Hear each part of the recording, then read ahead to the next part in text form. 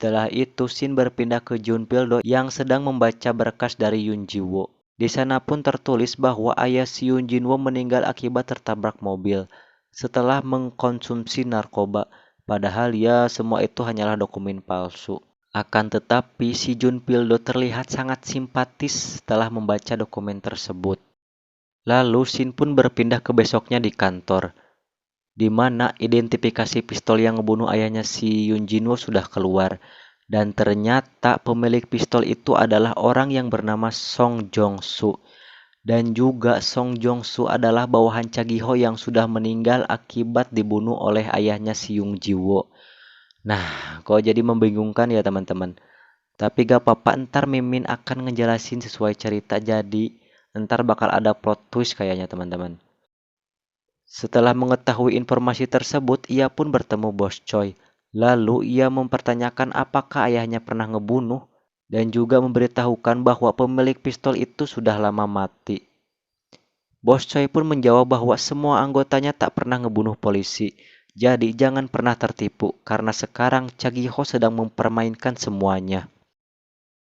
Shin pun berpindah ke besoknya di mana Junpil-do dan Yun Jin-woo sedang mengikuti Manggo agar mengetahui bandar narkoba jenis baru. Di sisi lain terlihat Bos Choi mengunjungi kedai yang dulu ia sering gunakan bersama ayahnya si Yun Jin-woo. Kembali lagi ke Junpil-do, di mana mereka sekarang melihat Manggo sedang transaksi narkoba jenis baru. Saat mengetahui itu ternyata Donggang Jae, mereka pun sedikit keanehan karena ia melakukan transaksi seorang diri. Dan benar saja, ternyata semua buahan Donggan Jaya sudah menyelinap untuk mengepung mereka. Berpindah lagi ke Bos Choi yang sekarang sedang baku hantam dengan semua pelanggan kedai tersebut. Karena ternyata semua orang itu adalah bawahan Donggan Jaya teman-teman. Akan tetapi karena Bos Choi ini adalah seorang ketua mafia yang sangat amat berpengalaman, ia pun dengan mudahnya membeban mereka semua sekaligus. Berbeda dengan Yun Jin-woo dan Junpil-do, mereka berakhir dengan kekalahan saat melawan bawahan dari Donggan Jae. Ketika Yun Jin-woo sudah sadar dari pingsannya, ia dan Junpil-do tiba-tiba dikelilingi Donggan Jae dan anak buahnya dengan keadaan yang terikat. Lalu Donggan Jae pun menelpon Bos Choi dan mengirimkan foto Yun Jin-woo, kemudian memberitahukan bahwa ia akan segera membunuhnya. Melihat itu, Bos Choi pun langsung bergegas ke tempat Donggan Jae. Lantas rencana pembunuhan Yun Jin-woo dan Junpil-do pun berlangsung, di mana mereka berdua diborgol dalam mobil lalu mobil tersebut akan dihancurkan. Saat mereka hampir menjadi dendeng daging manusia, untung saja Bos Choi tiba tepat waktu dan menghancurkan mesin tersebut dengan mobilnya. Ketika melihat Yun Jin-woo sudah selamat, Bos Choi pun bergegas pergi, karena ya si Donggan Jae juga sudah pergi teman-teman. Kemudian Shin berpindah ke rumah sakit, terlihat Yun Jin-woo yang sedang dirawat akibat lukanya. Singkat cerita, Yun Jin-woo sudah pulih dan sekarang berada di rumah. Lalu tiba-tiba Bos Choi menelpon dan menyuruhnya pergi ke luar negeri. Karena akan berbahaya jika Donggan Jae tertangkap dan menguak identitas Yun Jin-woo yang merupakan mata-mata Bos Choi. Akan tetapi ia menolak perintah tersebut dengan keras.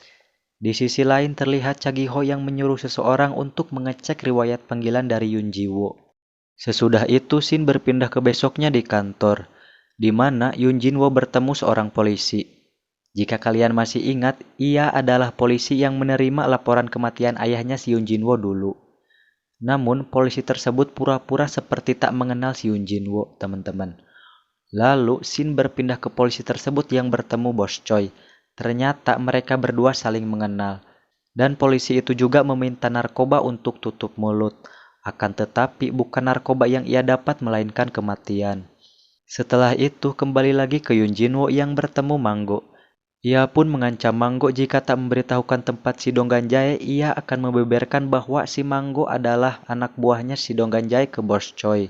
Mendengar itu, Manggo pun panik dan terpaksa menginformasikan bahwa Donggan Jae berada di pelabuhan dan berniat untuk kabur. Karena sekarang si Donggan Jae sudah jadi buronan teman-teman. Selesai itu, Yun Jin-woo pun melaporkannya ke Bos Choi.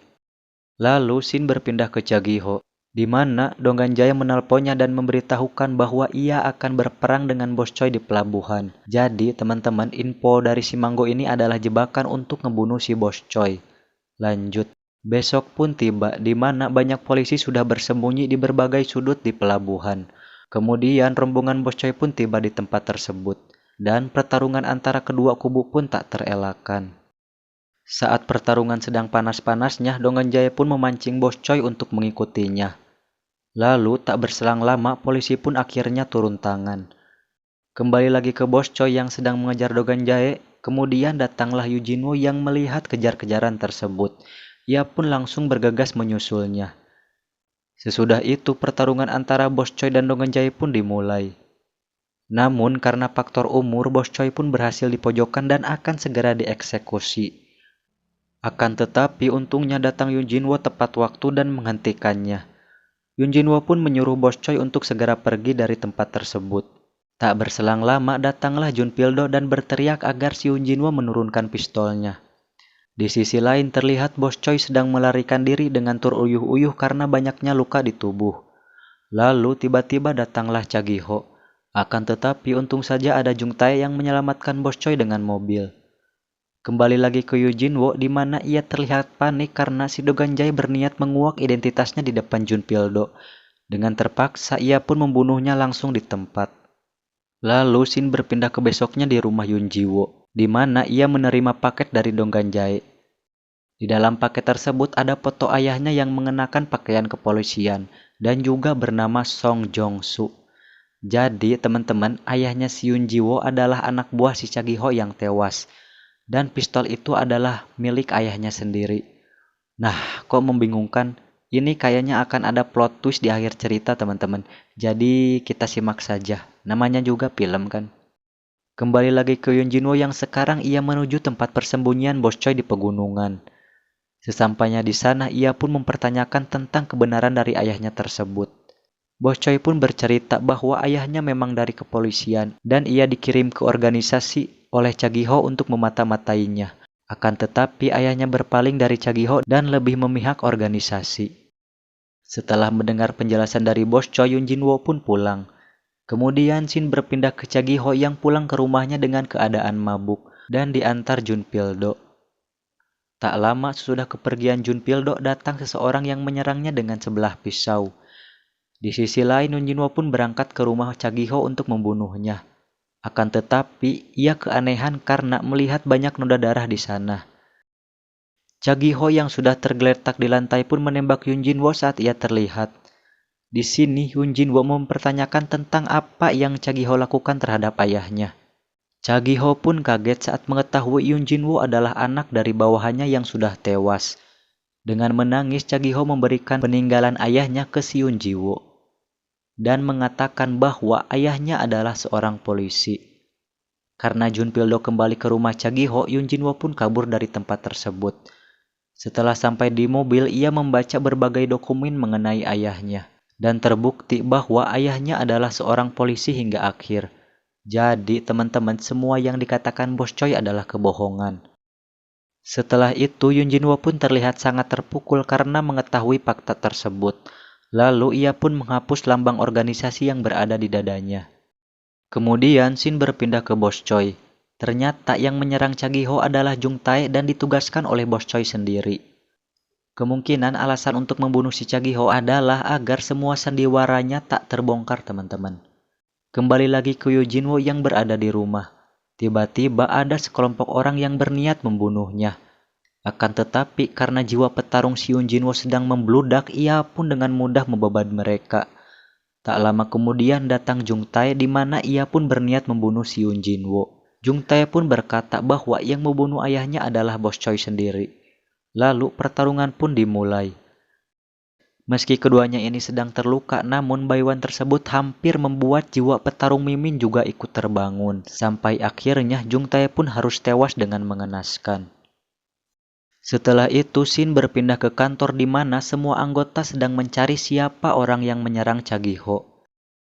Sesudah Yun Jinwoo sampai, ternyata Bos Choi pun ada di sana. Jadi teman-teman, Bos Choi itu sedang jadi DPO karena diduga kasus pembunuhan si Donggan Jaya.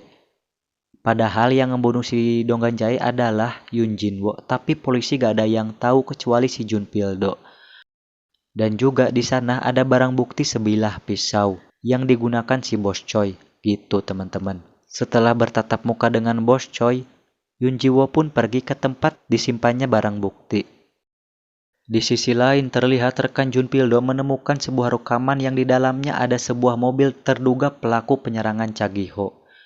Dan juga Junpildo menerima riwayat telepon Yun Jinwo dari petugas lainnya. Nah, di sini pun terkuak identitas Yun Jinwo, teman-teman, dari plat mobil dan juga dari riwayat telepon tersebut. Akan tetapi mereka terlambat karena si Yun Jinwo sudah mengamankan barang bukti Bos Choi. Ia pun segera menelpon Bos Choi untuk meninggalkan tempat tersebut. Lah, kok kelakuan si Yun Jinwo gini, Min? Jadi gini, teman-teman. Yun Jinwo berniat membunuh si Bos Choi dengan tangannya sendiri tanpa harus repot-repot ke jalur hukum. Karena tanggung kan, si Yun Jinwo juga udah jadi pembunuh. Karena mempunyai kemampuan kabur level max, Yun Jinwo pun berhasil melarikan diri dari tempat tersebut. Lalu ia pun membuang barang bukti itu ke laut. Shin pun berpindah ke Bos Choi yang sekarang berada di markas. Sesudah melihat jasad dari Jung Tae, ia pun sadar dari tujuan Yun Jinwo karena melepaskannya dari kepolisian. Kemudian, Shin berpindah ke malam hari di mana Yun Jinwo tak sengaja berpapasan dengan Junpildo. Aksi kejar-kejaran pun terjadi dan berakhir dengan tertangkapnya Yun Jinwo. Saat interogasi pun dimulai, di mana Junpildo mengutarakan semua kekecewaannya. Lalu Shin pun berpindah ke besoknya.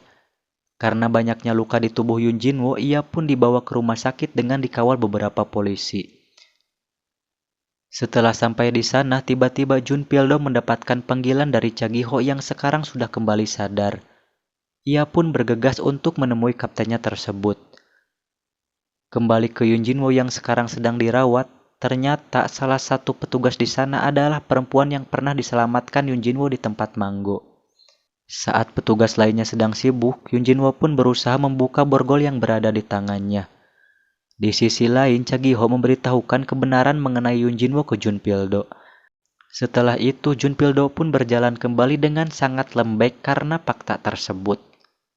Tanpa mengetahui bahwa Yun Jinwo berhasil melarikan diri dari ruang perawatan. Ya, padahal sempat dihadang 3 polisi, namun karena mereka kroco, Yun Jinwo pun dengan mudahnya membanting ketiganya. Setelah menerima laporan Yun Jinwo kabur, Junpildo pun bergegas mencarinya. Untung saja ia berhasil bertemu dengan Yun Jinwo di tempat parkir. Junpildo pun menahan Yun Jinwo agar ia tak gegabah menyerang organisasi Bos Choi seorang diri. Sampai-sampai ia memborgol tangan keduanya agar tak terpisahkan. Saat pembicaraan yang tak penting sedang berlangsung, tiba-tiba datang 2 mobil anak buahnya si Bos Choi dan menyerang mereka berdua. Karena kesulitan bertarung akibat diborgol, mereka berdua pun memutuskan untuk melarikan diri. Aksi kejar-kejaran dengan mobil pun terjadi. Akan tetapi, karena keahlian mengebuni si Junpildo ini di atas rata-rata, ia pun dengan mudahnya lolos dari kejaran anak buahnya si Bos Choi. Singkat cerita, malam pun tiba, di mana Junpildo membawa Yun Jinwo ke tepi pantai. Karena kan si Yun Jinwo ini pernah berniat ke pantai bersama Junpildo, teman-teman. Lalu Junpildo pun mengobati luka si Yun Jinwo. Kemudian mereka berdua bercocok tanam. Di sini jujur aja Mimin sedikit kecewa karena terlalu dipaksakan untuk ada adegan erotisnya. Kembali lagi, namanya juga film. Nah, di sisi lain terlihat Bos Choi sedang meratapi berbagai pengkhianatan yang menimpa hidupnya. Lalu datang si sekretaris menyuruh Bos Choi kabur. Karena sekarang polisi berniat menangkap si Bos Choi dengan adanya saksi mata yang merupakan si Yun Jinwo. Jadi si Yun Jinwo berniat memakai jalur hukum, teman-teman. Bos Choi pun amat sangat marah dan mengeluarkan sebuah senjata api yang ia punya. Karena takut, si sekretaris pun meninggalkan tempat tersebut. Setelah itu, Shin berpindah ke besoknya, di mana Junpildo dan Yun Jinwo sedang di perjalanan ke kepolisian. Akan tetapi di lampu merah datang Bos Choi mengendarai motor dan menembak tepat di keningnya Junpildo hingga akhirnya ia pun tewas. Nah loh, kan udah bilang jangan bercocok tanam. Singkat cerita, malam pun tiba. Terlihat Yun Jinwo menyerang markas seorang diri dengan jiwa petarungnya yang sudah tak terkontrol. Ia pun membombardir mereka semua dengan amat sangat brutal. Lalu pertarungan akhir dengan Bos Choi pun tiba. Setelah pertarungan sengit berlangsung, Bos Choi pun harus menerima kekalahannya karena tertipu menggunakan senjata api Yun Jinwo yang padahal di dalam senjata tersebut tak ada peluru satupun yang tersisa. Scene pun diakhiri dengan Yun Jinwo mengunjungi makam sang ayah. Lalu film pun tamat. Film ini sendiri mengajarkan kita jangan mengkhianati kepercayaan orang, karena jika orang tersebut berniat membalasnya, ia akan melakukan sesuatu hal yang melebihi dari perkiraan kita sendiri. Saya Iwan Nam and buy buy.